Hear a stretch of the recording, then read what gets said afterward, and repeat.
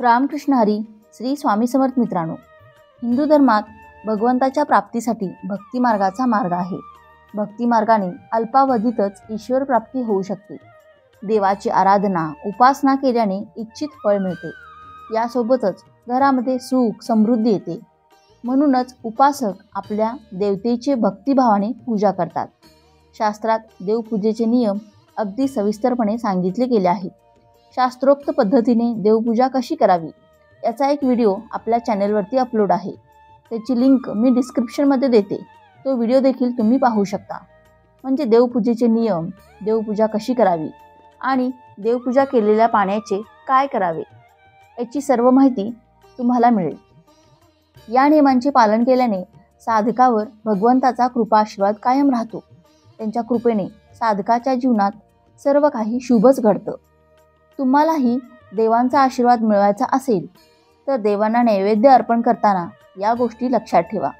देवांना नैवेद्य कसा अर्पण करावा, देवांना नैवेद्य अर्पण करताना कोणती चूक करू नये, देवांना कोणता नैवेद्य अर्पण करायचा आणि नैवेद्य अर्पण करत असताना कोणत्या मंत्राचं पठण करावे, पाणी कसे आचमन करावे याविषयीची संपूर्ण माहिती आजच्या व्हिडिओमध्ये आपण पाहणार आहोत. त्यामुळे व्हिडिओ हा शेवटपर्यंत नक्की पहा. चॅनलवरती नवीन असाल तर सबस्क्राईब करा आणि तुम्हालाही देवांचा कृपा आशीर्वाद तुमच्यावर राहावा असे वाटत असेल तर या व्हिडिओला एक लाईक नक्की करा आणि कमेंटमध्ये श्री स्वामी समर्थ नक्की लिहा. आपल्या आधी भगवंताने जेवावे या भावनेने आपण देवाला नैवेद्य दाखवतो. तो दाखवताना काही सकारात्मकता, सुख समृद्धी आणि सौभाग्य यासाठी लोक देवांची उपासना करतात. पण आपल्याकडून या गोष्टी विधिवतपणे केल्या जात नाहीत आणि आपल्याकडून चुका होतात आणि नकळतपणे झालेल्या चुकांमुळे कुठेतरी आपल्या घराला दोष लागतो आणि त्यामुळे आपल्याला संकटांचा सामना करावा लागतो. भगवंताच्या प्राप्तीसाठी भक्ती मार्गाचा नियम आहे. भक्ती मार्गाने अल्पावधीतच ईश्वर प्राप्ती होऊ शकते. हिंदू धर्मातील प्रत्येक घरामध्ये दररोज देवपूजा केली जाते. मनशांती, सकारात्मकता, सुख समृद्धी आणि सौभाग्य यासाठी रोज आपण देवपूजा करतो, देवांची उपासना करतो. शास्त्रात उपासनेसाठी काही खास नियम सांगण्यात आले आहेत. त्यांचे पालन करणे आवश्यक मानले जाते. देवपूजा, पाठ किंवा मंत्रपठण करणे, नैवेद्य अर्पण करण्यापासून ते आरती करण्यापर्यंत विविध धार्मिक श्रद्धा आहेत. नियमांचे पालन करून देवपूजा करणाऱ्या सर्व भक्तांच्या इच्छा, मनोकामना देवी देवता नक्कीच पूर्ण करतात अशी मान्यता आहे. देवांना नैवेद्य प्रसाद अर्पण करण्याचे शास्त्रात नियम सांगण्यात आले आहेत. तुम्हीही देवाला नैवेद्य अर्पण करता तेव्हा काही नियम लक्षात ठेवले पाहिजेत. काही लोक देवाला नैवेद्य अर्पण केल्यानंतर तो बराच काळ नैवेद्य तिथेच सोडून देतात. असं करणं चुकीचे आहे. यामुळे तुम्हाला देवाची कृपा प्राप्त होणार नाही, तसेच त्याचे नकारात्मक परिणामही तुम्हाला भोगावे लागतील. देवाला नैवेद्य अर्पण करण्याच्या नियमांबद्दल जाणून घेऊया. देवाला नैवेद्य दाखवताना तो कधीही जमिनीवर ठेवू नका. देवासाठी आपण नैवेद्य दाखवत आहोत तर तो नैवेद्य एखाद्या छोट्याशा प्लेटमध्ये काढून नंतर ती प्लेट चौरंगावर ठेवली पाहिजे. नैवेद्य नेहमी सोने, चांदी, पितळ किंवा मातीपासून बनवलेल्या भांड्यांमध्ये अर्पण करावा. सनातन धर्मात या धातूंना पवित्र आणि शुद्ध मानले गेले आहे. याशिवाय केळीच्या पानावरही तुम्ही देवांना नैवेद्य अर्पण करू शकता. नैवेद्य तसाच सोडू नका. काही लोक देवासमोर नैवेद्य ठेवतात आणि दिवसभर तसाच नैवेद्य देवासमोर राहतो. तो तसाच अगदी वाळून जातो. नैवेद्य दाखवताना प्रथम आपल्या घरामध्ये स्वयंपाक बनवल्यानंतर ते अन्न उष्टे न करता प्रथम देवासाठी एका प्लेटमध्ये काढून ठेवावे. अन्नामध्ये कांदा, लसूण किंवा तिखट पदार्थांचा समावेश नसावा. देवाला नैवेद्य दाखवण्यासाठी गोड पदार्थांचा समावेश असावा. जरी आपण रोज गोड बनवत नसला तरी दही भात, दूध साखर, साखर भात किंवा गूळ अशा प्रकारे गोड नैवेद्य पदार्थ जे आहे ते देवाला नैवेद्य म्हणून आपण दाखवू शकता. स्वयंपाक झाल्यानंतर ताबडतोब परमेश्वराला नैवेद्य अर्पण करावा आणि अर्पण केलेला नैवेद्य थोड्याच वेळाने आपण आपल्याच घरातील लोकांसह ग्रहण करावा. असे केल्यामुळे आपल्यावर सकारात्मक परिणाम पडू शकतो आणि घरात अडचणी, कष्ट, त्रास या सर्वातून आपली सुटका होऊ शकते. जर आपण देवासमोर नैवेद्य तसाच ठेवून दिला तर तुमच्या पूजेवर देव नाराज होऊ शकतात. असे मानले जाते की जर तुम्ही देवाला अर्पण केलेला नैवेद्य तसाच देवाच्या समोर ठेवला असेल तर विश्वकसेन, चंद्रेश्वर, चंदनशिव, चंडाली या नकारात्मक शक्ती आपल्या घरात वाढू शकतात आणि घरामध्ये आजारपण वाढते, अनेक समस्या वाढतात. म्हणून नैवेद्य आपल्या घरातील सर्व लोकांनी मिळून खाल्ला पाहिजे. हा प्रसाद म्हणून आपण सेवन केला पाहिजे. असं केल्यामुळे आपल्या घरातीलच काय शारीरिक अडचणी सुद्धा दूर होऊ शकतात. पण जेव्हा आपण देवाला नैवेद्य अर्पण करतो तेव्हा त्याचे प्रसादामध्ये रूपांतर होते. देवाच्या दिशेने नैवेद्य ठेवावा. नैवेद्य ताजा आणि स्वच्छ पद्धतीने बनवलेला असावा. आपले मन स्वच्छ, सात्विक असावे. नैवेद्य दाखवताना प्रेम आणि समर्पण असावे. भाविकांनी खऱ्या भक्तिभावाने देवाच्या मूर्तीला अर्पण केलेला नैवेद्य देवाला सुद्धा मान्य होतोच. देवासमोरील नैवेद्य खाल्ल्यामुळे देव सुद्धा आनंदी होतात. हा नैवेद्य खाल्ल्यामुळे देवासाठी आदर व्यक्त करणे आहे. यावर देवही प्रसन्न होतात आणि आपल्याला शुभ आशीर्वाद देतात.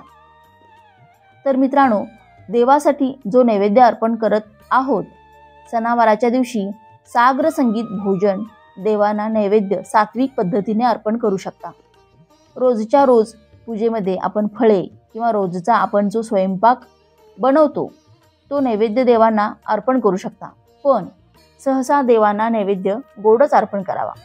जर योग्य पद्धतीने देवांना नैवेद्य अर्पण केला तर जीवनात आपणास अन्नधान्याची कधीच कमतरता भासणार नाही. देवाला नेहमी सात्विक भोग भगवंताला अत्यंत प्रिय आहेत. यासाठी गंगाजलयुक्त पाण्याने स्नान करावे. त्यानंतर स्वच्छ वस्त्रे परिधान करून देवासाठी नैवेद्य तयार करावे. अन्न शिजवताना भगवंताचे ध्यान करावे. मनामध्ये सतत भगवंताचा जप करावा. उष्टे अन्न देवाला चुकूनही अर्पण करू नये. यामुळे देव नाराज होतात. यासाठी जेवणापूर्वी फळे, मिठाई किंवा प्रसाद वेगळा ठेवा. पूजेनंतर देवाला नैवेद्य अर्पण करा. पूजा आटोपल्यानंतर घरातील सदस्यांमध्ये प्रसादाचे वाटप करा. नैवेद्य अर्पण करतेवेळी कोणता मंत्र म्हटला पाहिजे? तर मित्रांनो, देव भक्तीचा भुकेला आहे, नैवेद्याचा नाही. पण आपण रोज भोजन करतो व देवासमोर साखर ठेवतो, तर हे योग्य आहे का? तर आपण रोज भोजन ग्रहण करण्याआधी प्रथम देवांना ते अर्पण केले पाहिजे व नंतर आपण भोजन केले पाहिजे. सकाळची नित्य कर्म करून स्नान वगैरे करून स्नान केल्यानंतर शुद्ध जलाने आपण घरामध्ये आपल्यासाठी जे भोजन बनवतो तेच देवासाठी अर्पण केले पाहिजे. पण ज्या पाण्याने आपण भोजन बनवणार आहोत ते पाणी सुद्धा आपल्याला शुद्ध आणि स्वच्छ असावं, ते वापरलेलं नसावं. भोजन बनवल्यानंतर एका प्लेटमध्ये भोजन ठेवून देवासमोर ठेवावे. खरकट्या हाताने देवाला नैवेद्य दाखवू नये. देवाला नैवेद्य दाखवताना आपले हात, पाय स्वच्छ धुतलेले असावेत. स्वच्छ वस्त्र परिधान केलेले असावेत. एका प्लेटमध्ये नैवेद्य घेतल्यानंतर एका पेल्यामध्ये पाणीसुद्धा घ्यावे. नंतर डाव्या हाताने उजव्या हातात पाणी घेऊन ओम प्राणाय स्वाहा, ओम अपनाय स्वाहा, ओम व्यानाय स्वाहा, ओम उदानाय स्वाहा, ओम नैवेद्यम समर्पयामी हा मंत्र म्हणून नैवेद्य दाखवावा. आपण ज्या प्लेटमध्ये नैवेद्य देवांना अर्पण करणार आहोत ती प्लेट किंवा ताट देवासाठीच असावे. त्या ताटामध्ये आपण भोजन केलेले नसावे. याची काळजी आपण अवश्य घेतली पाहिजे. देवासमोर साखर ठेवणे म्हणजे नैवेद्य अर्पण केला असं नाही, असा अर्थ होत नाही. देवासमोर साखर तर आपण ठेवतोच, पण हा प्रसाद झाला. नैवेद्य हे आपण घरामध्ये शुद्ध भोजन बनवतो ते अर्पण करणे म्हणजे नैवेद्य अर्पण करणे होय. नैवेद्य आपल्या इच्छेनुसार काहीही अर्पण करू शकतो, पण जो नैवेद्य देवांना आपण अर्पण करणार आहोत तो घरामध्येच बनवलेला असावा. हिंदू धर्मामध्ये घरातील स्त्रीला लक्ष्मी आणि अन्नपूर्णेचे स्वरूप मानले जाते. म्हणूनच तिच्या हाताने बनवलेले भोजन हे पवित्र व शुद्ध मानले जाते. असं म्हटलं जातं की भोजन बनवणाऱ्यांचे भाव व विचार त्या भोजनात उतरत असतात. शुद्ध व पवित्र भाव बाहेरून आणलेल्या भोजनात मिळणार नाही. म्हणून शक्यतो भोजन घरात बनवलेले असावे. देवांना नैवेद्य अर्पण करण्याचे नियम. तर मित्रांनो, नैवेद्य अर्पण करतेवेळी 2 मिनिट डोळे बंद करून आपण देवासमोर हात जोडून देवांना म्हणायचे आहे की हे देवा, यथाशक्ती यथाभक्ती मनोभावे आपणास मी नैवेद्य अर्पण करत आहे, याचा तुम्ही स्वीकार करावा. देवांना नैवेद्य अर्पण केल्यानंतर त्याच्या बाजूला एक पाण्याच्या तांब्या भरून ठेवावा व त्या तांब्यावर एक छोटीशी प्लेट किंवा वाटी झाकून ठेवा. त्यामध्ये कचरा पडणार नाही याची काळजी घ्यावी. हे पाणी देवाची शक्ती ग्रहण करते व ते पाणी अमृत समान होत असते. ते पाणी पूजा झाल्यानंतर फेकू नका. ते पाणी आपण स्वयंपाक बनवतो त्यामध्ये उपयोग करा. देवांची पवित्र ऊर्जा त्यात उतरल्यामुळे ते पाणी खूप पवित्र बनतं.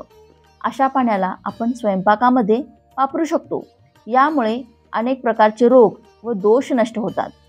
व सरतेशेवटी देवाला आवाहन करून म्हणावे, ज्या ठिकाणी माझी भक्ती अचल असू दे, इहलोकीची कामना पूर्ण होऊन परलोकी उत्तम गती मिळू दे. तुझ्या कृपाशीर्वादाने नैवेद्यार्थी वाढलेल्या अन्नात प्रसादत्व उतरू दे आणि ते अन्न भक्षण केल्यावर आम्हाला चांगल्या कार्याची प्रेरणा सदैव मिळू दे. असा असतो नैवेद्य विधी. हे सर्व करताना जरी वेळ लागत असला तरी नैवेद्य दाखवताना अवघ्या काही क्षणांचा अवधी लागतो. आपोआप आपल्याला सवय लागते. तो वेळ जरूर काढावा. देवाशी क्षणभर संवाद साधावा.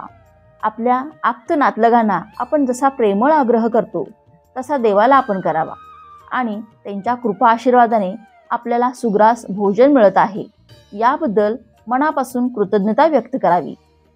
आपल्याप्रमाणे प्रत्येक व्यक्तीला 2 वेळचे पोटभर जेवण मिळो अशी प्रार्थना करावी. मगच तो प्रसाद ग्रहण करावा. आपण जे खातो ते देवाच्या कृपेने, म्हणून पहिला घास हा देवाला. हे प्रेम समर्पण वृत्ती नैवेद्य विधीत आवश्यक असते. मग बघा देव जेवायला येतो की नाही. कौन कहते हैं भगवान खाते नहीं, तुम शबरी के जैसे खिलाते नहीं. अच्युतम केशवम कृष्ण दामोदरम राम नारायणम जानकी वल्लभम. हा माहितीपूर्ण व्हिडिओ तुम्हाला उपयुक्त वाटला असेल तर व्हिडिओला एक लाईक नक्की करा आणि चॅनेलला सबस्क्राईब करून आम्हाला प्रोत्साहित करा. तसेच हा व्हिडिओ संपूर्ण पाहिल्याबद्दल आपणा सर्वांचे मनपूर्वक आभार. धन्यवाद. श्री स्वामी समर्थ. जय श्रीराम. जय श्री हनुमान. जय श्री कृष्ण. जय माता लक्ष्मी.